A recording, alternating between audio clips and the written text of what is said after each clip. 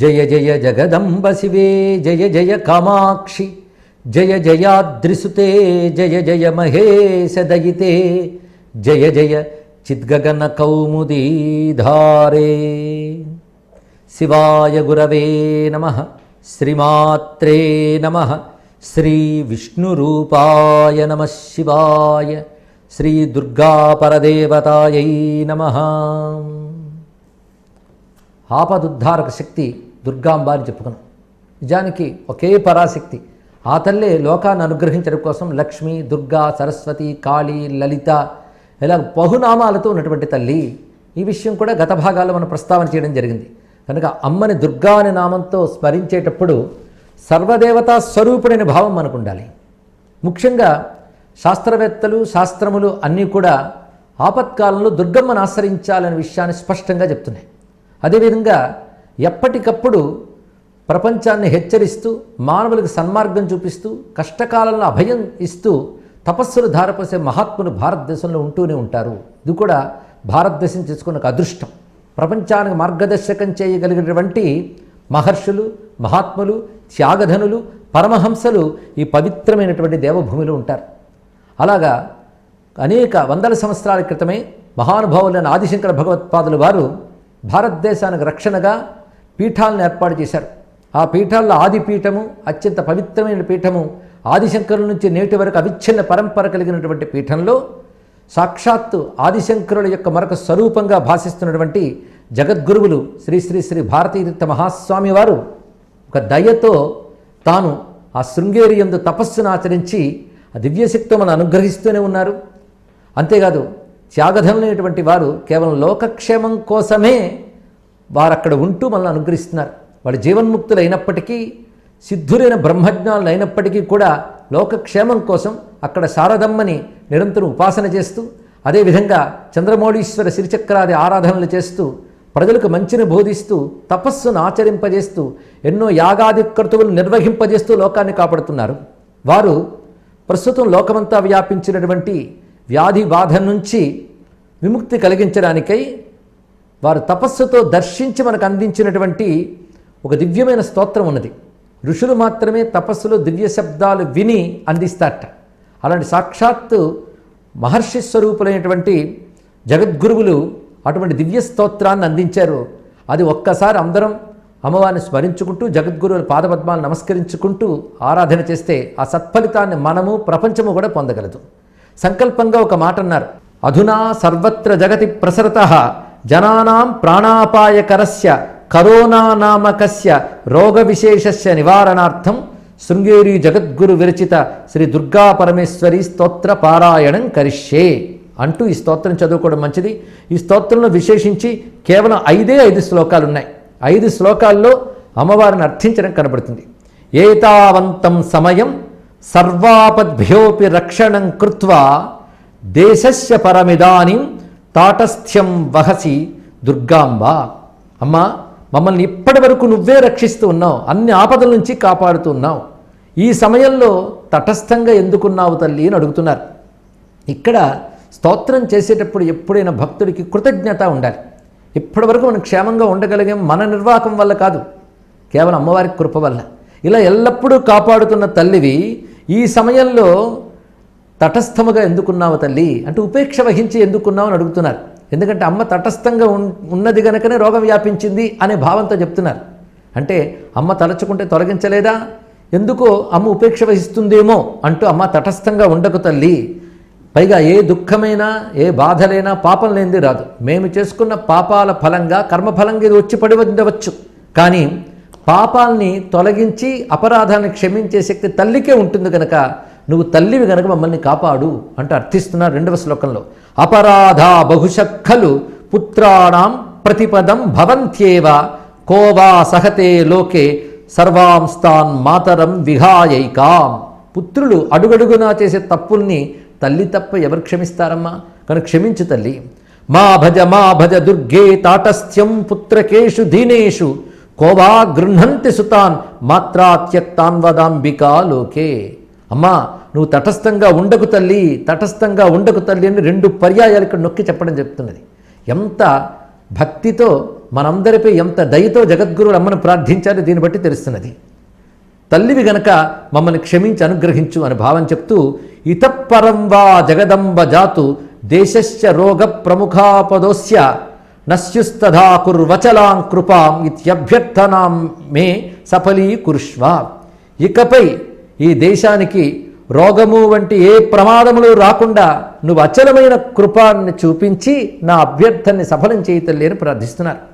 పాపహీన జనతావన దక్షాః సంతి నిర్జరవరా నకియంతః పాపపూర్ణ జన రక్షణ దక్షాం త్వాం వినా భువి పరాం నవిలోకే. చాలామంది దేవతలు పాపాలు తొలగించుకున్నా కాపాడతారు, పాపంలో ఉన్నవారిని ఎవ్వరూ కాపాడరు. కానీ పాపములు నిండిన జనుల్ని రక్షించగలిగే కారుణ్యం నీకు తప్ప మరెవరికి లేదు తల్లి అన్నారు. ఇందులో గొప్ప భావం ఉంది. ఒక వ్యక్తి బురదతో ఉంటే ఆ పిల్లవాడు బురదలో ఉన్నట్లయితే ఎవ్వరూ ఎత్తుకోరండి. కానీ తల్లి మాత్రం బురదలో ఉన్న పిల్లవాడిని ఎత్తుకుని ఆ బురద కడిగి వస్త్రములు మార్చి సిద్ధం చేస్తుంది. అప్పుడు ఎవరైనా ఎత్తుకుంటారు. ఆ తల్లి వలె పాప పంకీలంలో ఉన్న జీవులను అనుగ్రహించగలిగే కారుణ్యం అమ్మవారికి ఉంది అంటూ జగద్గురువులు అమ్మవారిని ప్రార్థన చేసి మనందరినీ ప్రార్థన చెయ్యడానికి గాను ఒక అద్భుతమైనటువంటి మంత్రంతో అనుగ్రహించారు.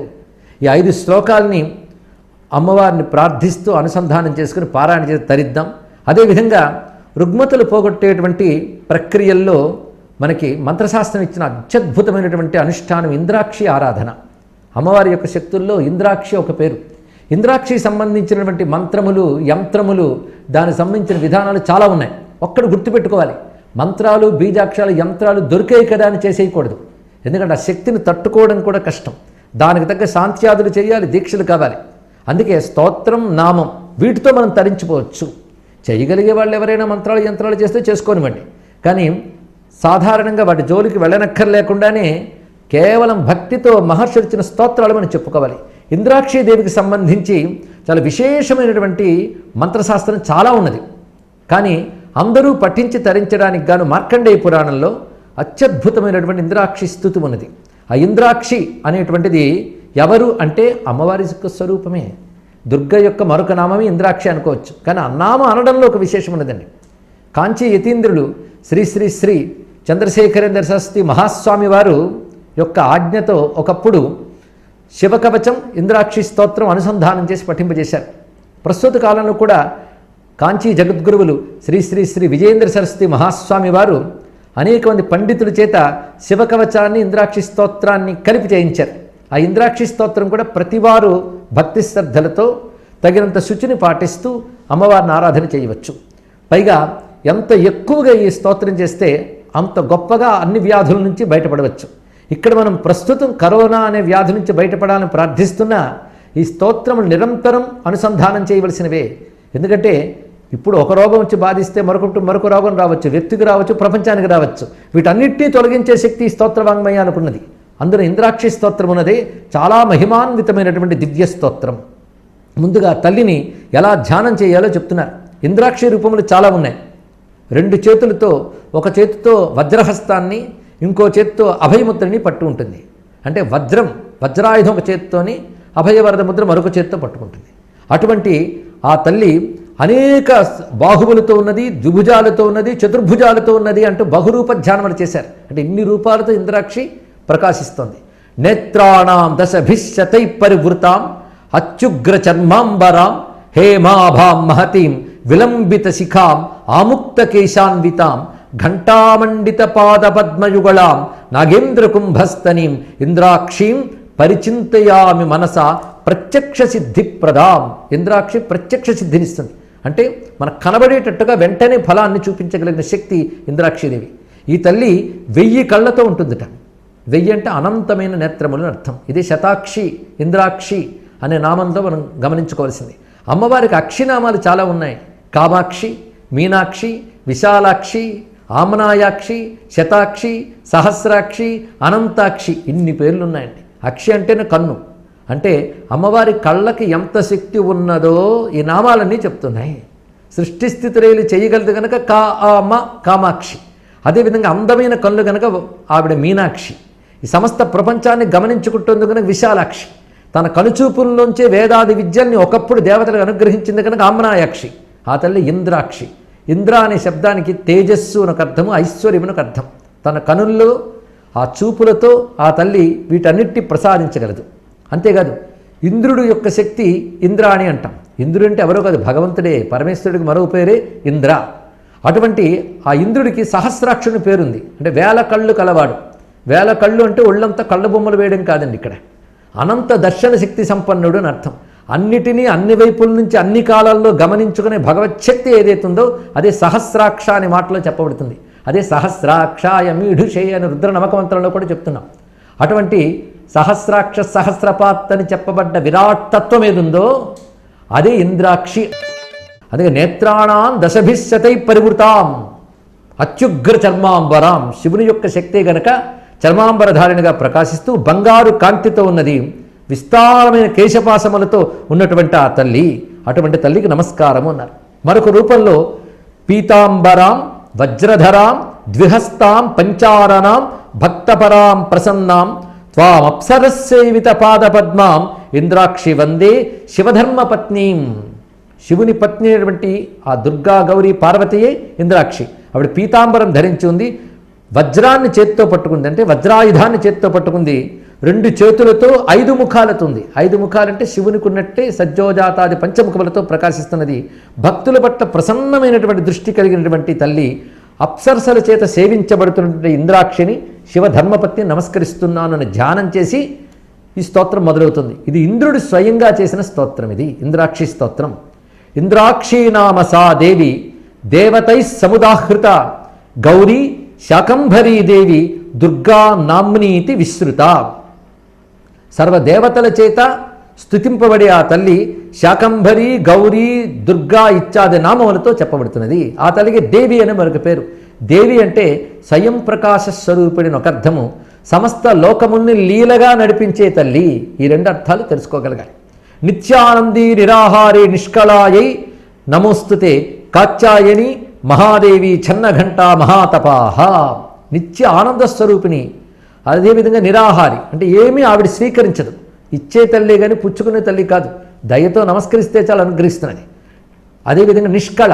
నిష్కళ అంటే కరచరణాది అవయవాలు లేని స్వరూపంతో ప్రకాశిస్తున్న పరిపూర్ణురాలు అని అర్థం. అటువంటి తల్లి అయినా లోకాలను అనుగ్రహించడం కోసం దివ్యమంగళ రూపాన్ని స్వీకరించింది. ఆ తల్లి కాత్యాయని. కాత్యాయని నామం కూడా మహామంత్రం అండి. ఇంద్రాక్షి స్తోత్రంలో ప్రతి నామం ఒక మంత్రం. అలాంటి భావంతో దీన్ని శ్రద్ధగా కానీ పఠిస్తే ఎలాంటి భయంకరమైన రోగాల నుంచైనా బయటపడతాం అని దీని ఫలశ్రుతులు చెప్తున్నారు. కాత్యాయని మహాదేవి. కాత్యాయని అంటే మహా తేజస్వరూపిణి అని అర్థం. అదేవిధంగా కత్యాయనుడు అనేటువంటి మహర్షి యొక్క పుత్రిగా ఆవిడ ఒకసారి ఉద్భవించాలని అనుగ్రహించింది. అందుకు కాత్యాయని. మహాదేవి ఆవిడ దేవతల్లో దేవతగా ఉండదు, దేవతలకే దేవతగా ఉంటుంది కనుక మహాదేవి అని చెప్పబడుతున్న గొప్ప తపస్వరూపిణి. తపస్సు అంటే జ్ఞానం, జ్ఞానస్వరూపిణి. అదేవిధంగా ధ్వనిస్తున్న గంటలు కూడా ధరించింది ఆ తల్లి. ఆమె పాదాలకు గంట కట్టుకుంటుందిట, ఆ గంట మోగుతుంది. అంటే ఘంటామండిత పాద పద్మయుగళాం అన్నారు. అదే చన్నఘంటా మహాతపాహ. సావిత్రి సాచ గాయత్రి బ్రహ్మాణి బ్రహ్మవాదిని. ఆ తల్లి సావిత్రి గాయత్రి బ్రహ్మాణి అని. అలాగే బ్రహ్మవాదిని అంటే బ్రహ్మజ్ఞాన స్వరూపిణి. నారాయణి భద్రకాళి రుద్రాణి కృష్ణపింగళ అగ్నిజ్వాల రౌద్రముఖి కాళరాత్రి తపస్విని. ఇందులో అనేక నామములు తెలిసినవే కనుక అర్థం చెప్పుకోకపోయినా కొన్ని ప్రత్యేక నామములు ఇందులో ఉన్నాయి. కృష్ణపింగళ అంటే నలుపు ఎరుపు కలిసిన స్వరూపం. దీన్ని నీలలోహిత అని శివుని విషయంలో కూడా చెప్తారు. ఇక్కడ కృష్ణవర్ణం నీలవర్ణం జలానికి సంకేతం, ఎర్రని వర్ణం అగ్నికి సంకేతం.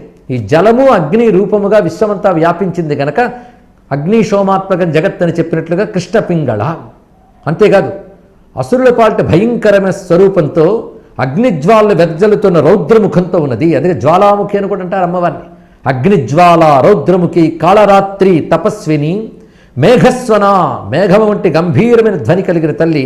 సహస్రాక్షి వికటాంగి జడోదరి. మేఘస్వన సహస్రాక్షి వికటాంగి జడోదరి మహోదరి ముక్తకేశి ఘోర రూప మహాబల. సర్వజగత్తుని తనలో ఉంచిన తల్లి గనక ఆవిడ మహోదరి. అదేవిధంగా ఉగ్రరూపంతో ఉన్నప్పుడు ఆ జడలు విడివడి ఉంటాయట ఆ జుట్టు.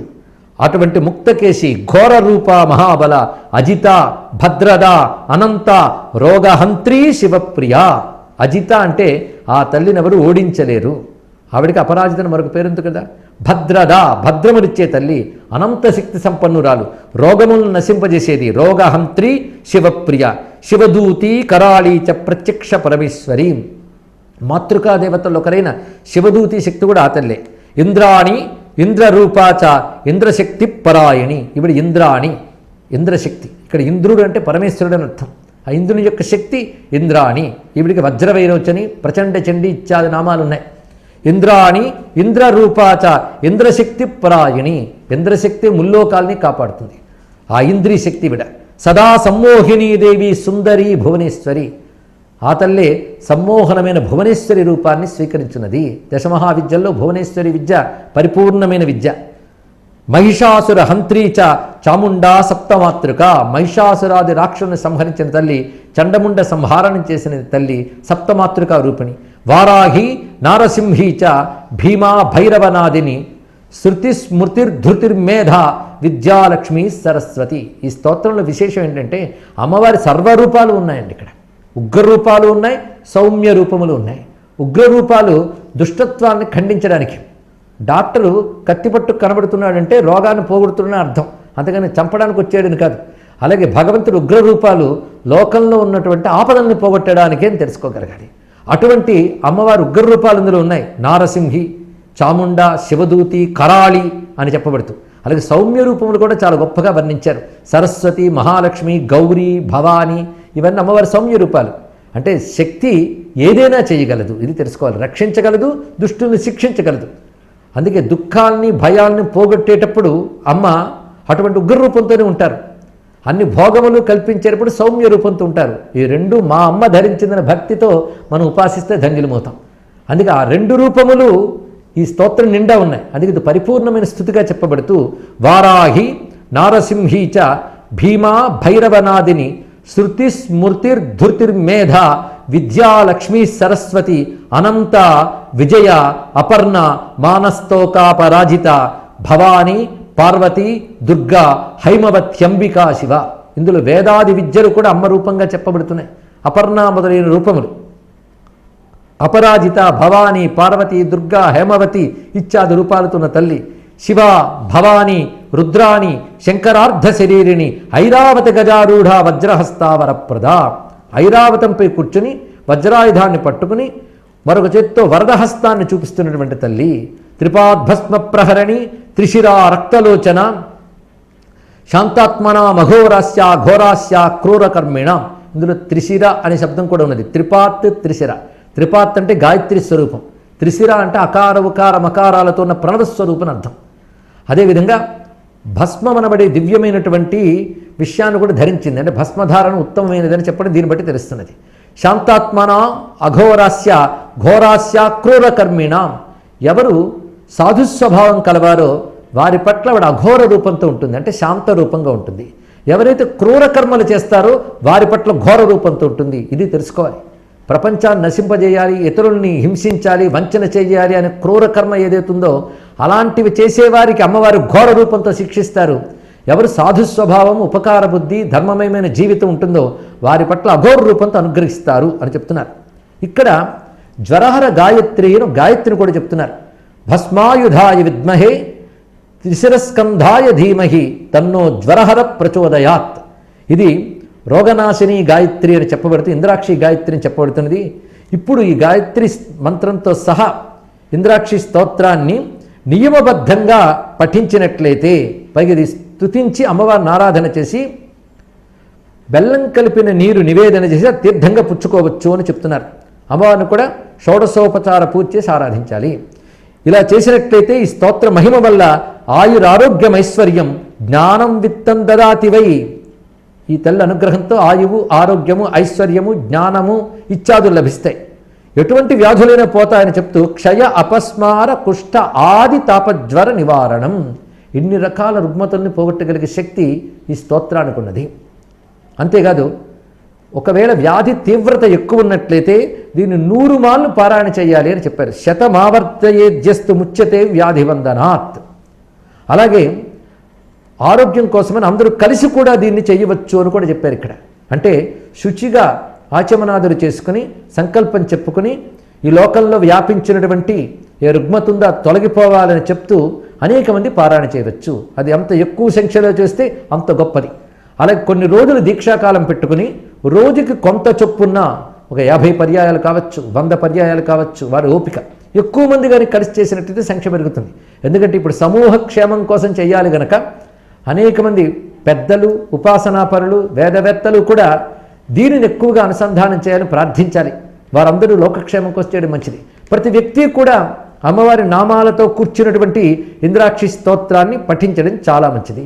అది 3 మార్లు కానీ లేదా 5 మార్లు కానీ చదవచ్చు. ఇంకో పద్ధతి చెప్పారు, పూజనీయ ప్రయత్న త్రివారం పంచవాసరం, మొత్తం 3 మార్లు చొప్పున్న 5 రోజులు చేసినప్పటికి కూడా గొప్ప ఫలితం కనబడుతుంది. ఒక వ్యక్తికి కొద్దిసేపు చేస్తే సరిపోతుంది, కానీ ప్రపంచ క్షేమం కోసం ఎక్కువ సంఖ్యలో ఇంద్రాక్షి స్తోత్రాన్ని చేయడం చాలా మంచిదని చెప్తూ ఇంద్రాక్షి దేవికి కొన్ని విశేషమైన నామాలు మొత్తం చెప్పారు, 12 నామాలు. అది కూడా ఈ స్తోత్రంతో అనుసంధానం చేసుకోవచ్చు. ఈ 12 సంఖ్య కూడా చాలా శక్తివంతమైనది. అదే 12 నామాలు అనేది అనేక స్తోత్రాలు మనం చూస్తున్నాం. ఇంద్రాక్షి దేవి యొక్క 12 నామాలు ఒక్కసారి చెప్పుకుందాం. శ్రీదేవి ప్రథమం ప్రోక్త, ద్వితీయాతు మహేశ్వరి, తృతీయా సాంగణీ ప్రోక్త, చతుర్థీ సర్వసుందరి, పంచమం విష్ణుపత్నీ చ, షష్ఠీ శంకరవల్లభ, సప్తమీతు వరారోహ, అష్టమీ హరివల్లభ, నవమీ సర్వజనని, దశమీ సర్వదేవత, ఏకాదశి మహాలక్ష్మీ, ద్వాదశి సురసుందరి. 12 నామాని త్రిసంధ్యం పఠేన్నర అష్టోత్తర శతం జప్వా సర్వపాపై ప్రముచ్యతే అంటూ మొత్తం 12 నామాలు చెప్పారు. ఇందులో హరివల్లభ ఉంది, శంకరవల్లభ ఉంది. అంటే లక్ష్మి, సరస్వతి, దుర్గా ఇత్యాది రూపములన్నీ ఒకే శక్తి అని చెప్తున్నారు. అయినప్పుడు ఆ శక్తి ఎవరిదా? పరమేశ్వరుడు కూడా విష్ణు, బ్రహ్మ, శివ అని 3 పేర్లతో ఉన్న అతడు కూడా ఒక్కడే అనే జ్ఞానం దీన్ని బట్టి తెలుస్తున్నది. శ్రీదేవి, మహేశ్వరి, శార్ంగిణి, సర్వసుందరి, విష్ణుపత్ని, శంకరవల్లభ, వరారోహ, హరివల్లభ, సర్వజనని, సర్వదేవత, మహాలక్ష్మి, సురసుందరి. మొత్తం ఈ 12 నామాలతో ఇంద్రాక్షి దేవి సమస్త ప్రపంచాన్ని అనుగ్రహించుగాక, అన్ని రకాల రుగ్మతల్ని తొలగించి ఆయురారోగ్య ఐశ్వర్య సౌభాగ్యాన్ని ప్రసాదించుగాక.